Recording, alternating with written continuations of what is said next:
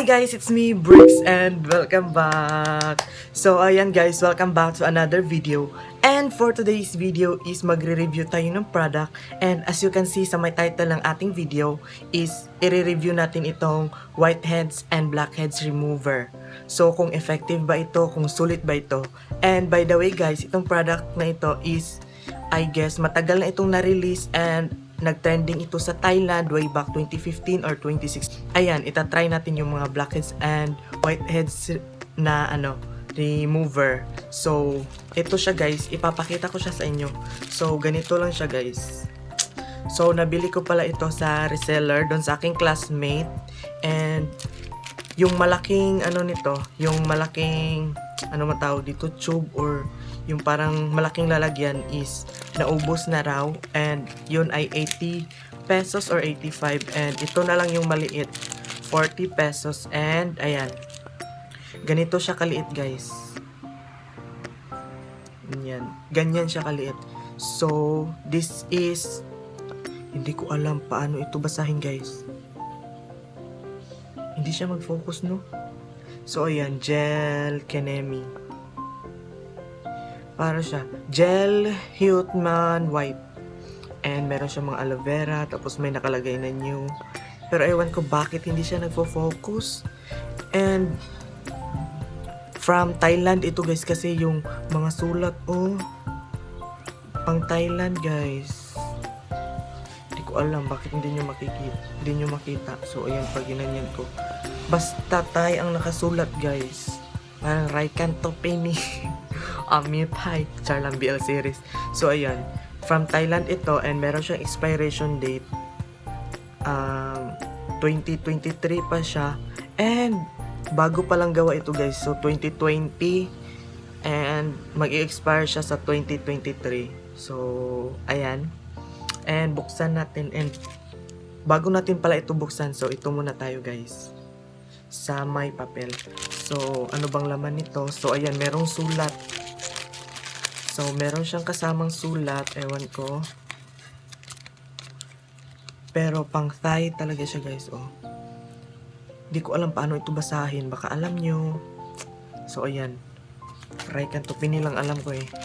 Tapos meron siyang kasamang paper, I guess ito yung ilalagay para yung pagkatapos ilagay yung cream, ito din ilagay. So meron siyang brown, ewan ko para saan itong brown, and meron siyang para siyang crepe paper. So ayan, madami-dami ito. So yun ang laman ng ito. So 40 pesos lang to guys. So we'll try this, and ito na, buksan natin siya. So ayan, meron pa siyang takip, and ayan siya guys, para siyang glue ang dating. Hindi ko alam mag-focus ba siya or hindi, basta yan. So para siyang glue, and meron siyang meron siyang amoy na yung parang mint, pero may pagka glue siya guys.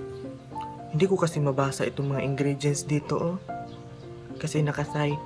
So ayan, and itatakip ko muna kasi maghuhugas muna tayo ng ating face, maghihilamos. So ayan guys, kakatapos ko lang maghilamos, and parang walang nangyari, diba? So yes na lang. So ayan, so pasensya sa aking face, sobrang tsaka talaga kasi madami namang imperfection yan. Maraming nasasabi clear skin daw ako, pero no, meron akong imperfection Tapos yung balbas ko tumutubo na. Ayan, meron akong mga pulaan, meron akong birthmark, share ko lang. So ayan, tapos na ako maghilamos, and ayan, dito ako magkukuha sa guys, aking ilong na sobrang laki. So meron akong mga blackheads and whiteheads dyan. Hindi ko alam kung kita nyo ba. So excuse my eyebags there.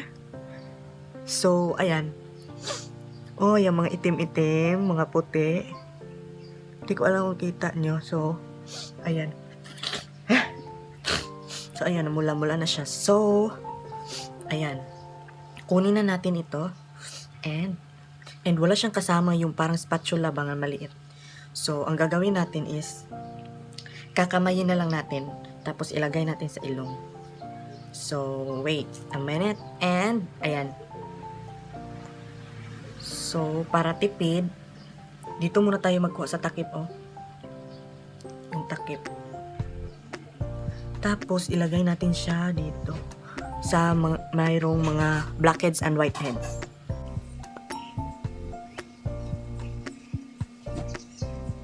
Hana talaga. Pwede.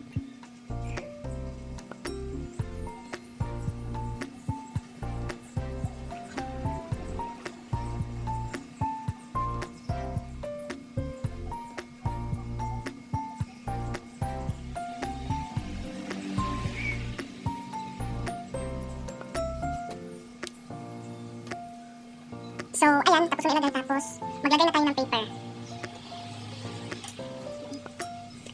So, ayan, tapos ko na lagyan ng white cream, so maglalagay na tayo ng paper. Ganituin ko na lang kaya, no? Or,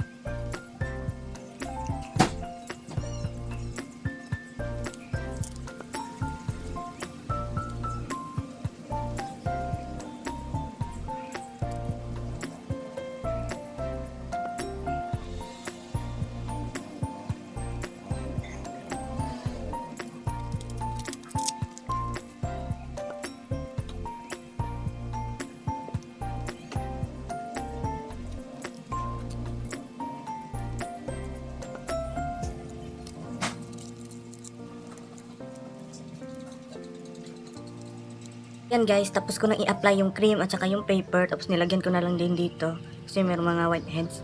And aantayin lang natin itong mag-dry, yung ready ng ipil. So, ayan, I'll be back pag sobrang ano na niya. Parang dry na siya. So, ayan, I'll be right back para ipakita sa inyo kung paano ko tinanggal and effective pa siya. So, ayan, I'll be back. So, ayan guys, I'm back. So, as you can see, nag-dry na siya. And mga 10 minutes or 15 minutes ako naghintay para mag-dry yung cream. And let's see kung merong matatanggal. So unahin natin dito sa baba.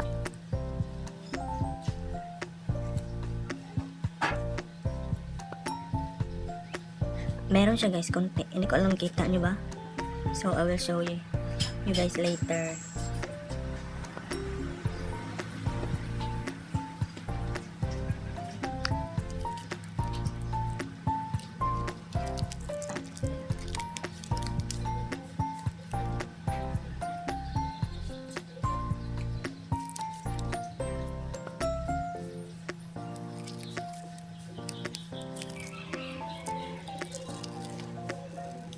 And guys, oh.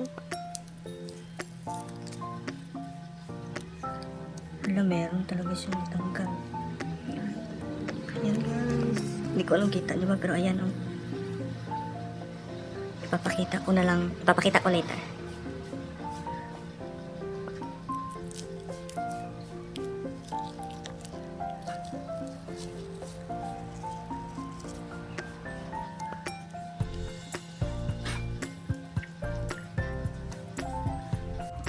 So, ayan guys, oh, nakita nyo yan. Ito guys, oh.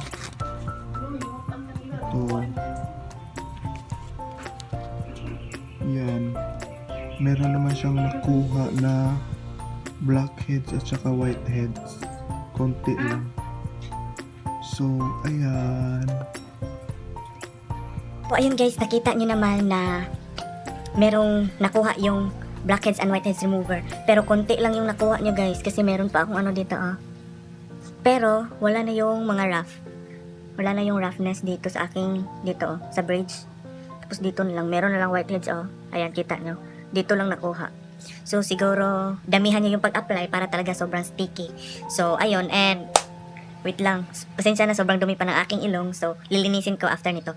So, going back, so, ayun ang ating video. And ang masasabi ko lang dito sa whiteheads and blackheads remover, effective naman siya, pero kailangan talaga every other day nyo siya gamitin para matanggal yung mga blackheads and whiteheads nyo. So, ayun lang, for 40 pesos, so, sulit na din siya. So, ayan, check out na lang sa Shopee or sa mga iba yung blackheads and whiteheads remover ng Thailand. So, ayan. So, dito ko na end ang aking video. Sana nag-enjoy kayo sa panonood. And so yun, thank you so much for watching. Please don't forget to click the subscribe button, yung katabi niyang notification bell para ma-update ka whenever I upload a video. Follow mo na rin ako sa aking mga social media accounts down in the description box. So, this is Briggs Tiguman. Annyeong! Bye!